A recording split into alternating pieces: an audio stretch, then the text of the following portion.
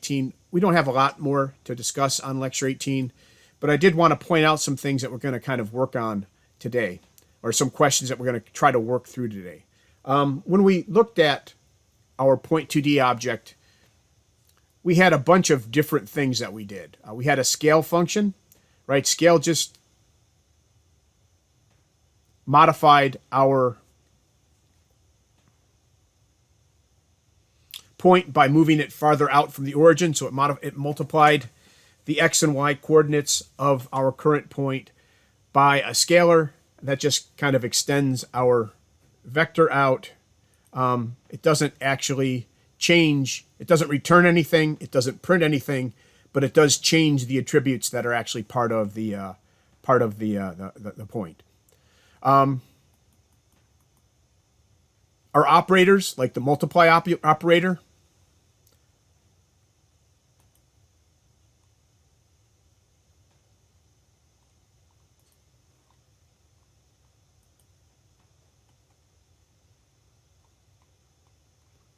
I think what I'll do is I'll pull up the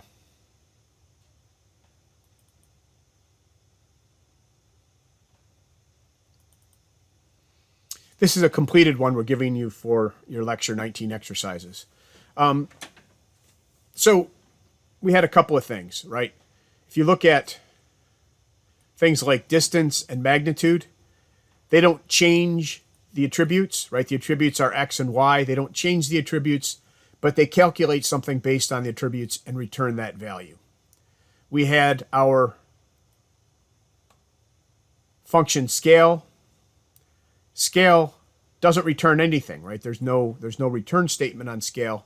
But what scale does, and it doesn't print anything, but what it does is it actually modifies the x and y attributes to make them different, right? In this case, move them out from the origin. Then we had some functions like dominates that doesn't change the attributes, but it does calculate something, and this time returns a Boolean. And then we have things like our operators, like sub, multiply, equality test. Well, sub and multiply in particular. Equality tests return Booleans as well. They don't modify anything. They don't print anything. They just return Booleans. But multiply and sub, right, this is equates to, right,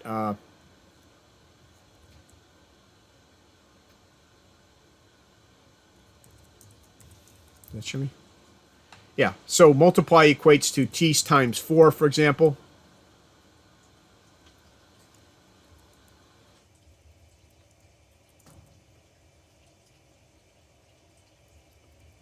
Okay, you got to remember to type all the characters. There we go. Right, t times 4. This doesn't change the existing, right? Self.x and self.y don't change. It doesn't change the existing attributes on the current point, but what it does is it creates a new point2D, right? This is just the initializer for the point2D class. It creates a new point2D object initialized to the values we want. Okay, so there's a lot of ways of returning data from, or a lot of ways that we use member functions, methods in our classes, and it's important to know when these things actually make sense. So we'll get into that a little bit more, but a lot of it's based on what we call semantics. What is the general understanding of what this operation actually is? So, for example, when we're talking about a multiply, right, you want to think of that in terms of multiplying two numbers, right? 5 times 4, we'll take 5 and make something 4 times as big as 5. But it doesn't change 5. 5 is still 5, right? So when you're taking a point and you're doing the multiply operation, times 7, for example, right? When you're actually doing this multiply operation, you're not changing the point itself, but you're creating a new point that has those new values, right? Just like you create a new integer that has the value 20 in it. So that's the semantics of the multiply operation. It's the semantics of the subtraction operation. It's the semantics of the addition operation, division, etc. In general, what you'll do with those is you will create a new element of the type and return a value. The Boolean operators, the equals, the less than, the relational operators, Booleans less than or equal to, less than, greater than or equal to. The semantics of that are they don't change the point you're testing, or they don't change the object you're testing. What they do is they compare them and then return a Boolean that says whether the test passes or fails. So those are all things we're going to kind of talk about, particularly today. But the idea is you have to understand, you want to maintain consistency with the general flow of how these operators work in the rest of the world and what people will actually expect. Some really important points. I'm not going to get into the time example. We'll get into that more if we have time later in the class. But we're going to spend a lot of time working through another function anyway, a restaurant class, and using a restaurant class. And I think we'll get just as much out of it as we will looking at the time example. That said, if you go to the code written in class, there are some really interesting examples of the time function here in Lecture 18. And we handle time in a couple of different ways. We have a couple of ways here that represent time as hours, minutes, and seconds. It has attribute variables for hours, minutes, and seconds. And then that makes things like calculating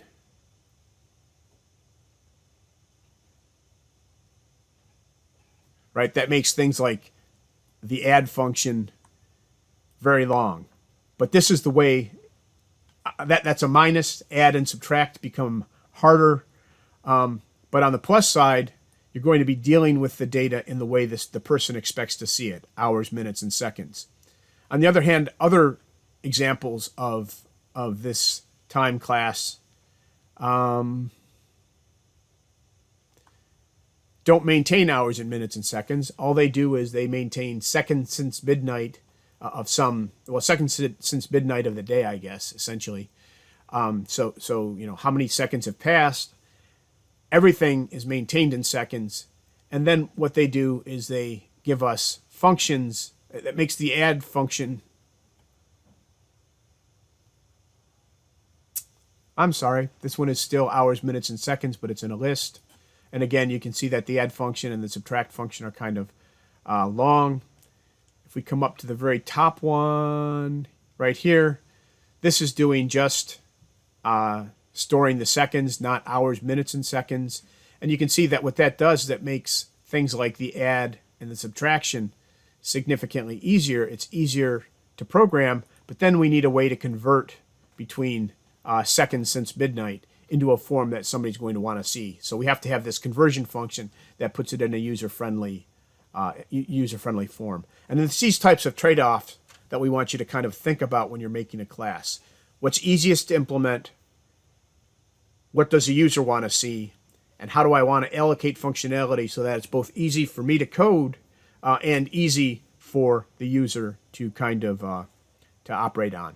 I will tell you that the actual time class with days, years, years, days, hours, minutes, seconds, or years, months, days, hours, minutes, seconds, that's used in Linux and I believe Windows as well, actually uses this kind of format because it's really easy to do additions and subtractions, and this little conversion operator isn't really all that hard. If you pick an epoch sometime in the far past and count the number of seconds since then, it becomes very easy to convert things back and forth between representations that people are good at seeing and representations that are really easy to do mathematics in.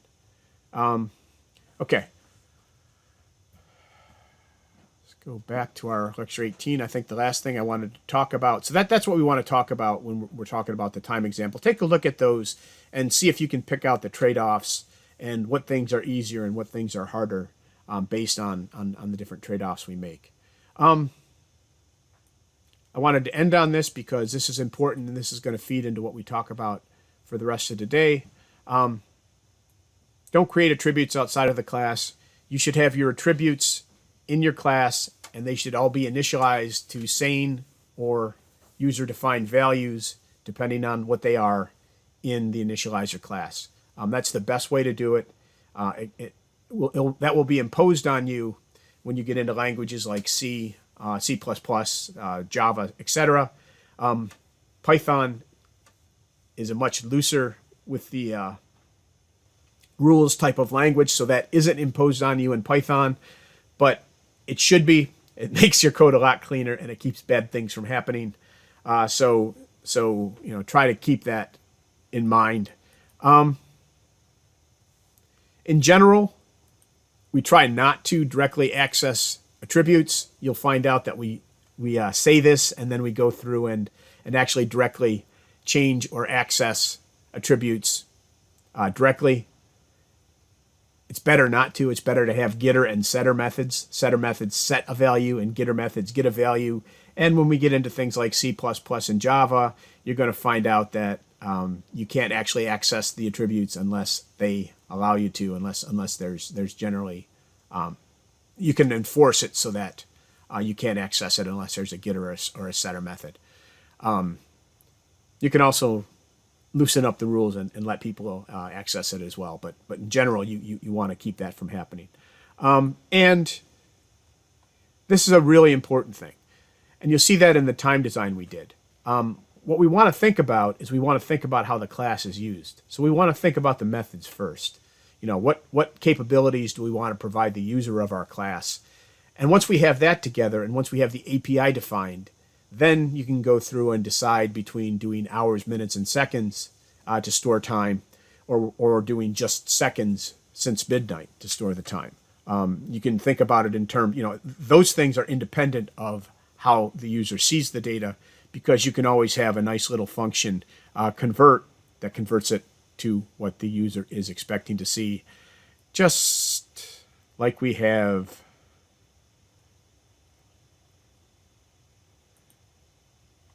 down here, right? We just have a little convert function that takes hours, minutes, and seconds, and gets it back to a form that we can return back to the user, so they don't have to think about seconds since midnight. All right. So with that in mind, we are now going to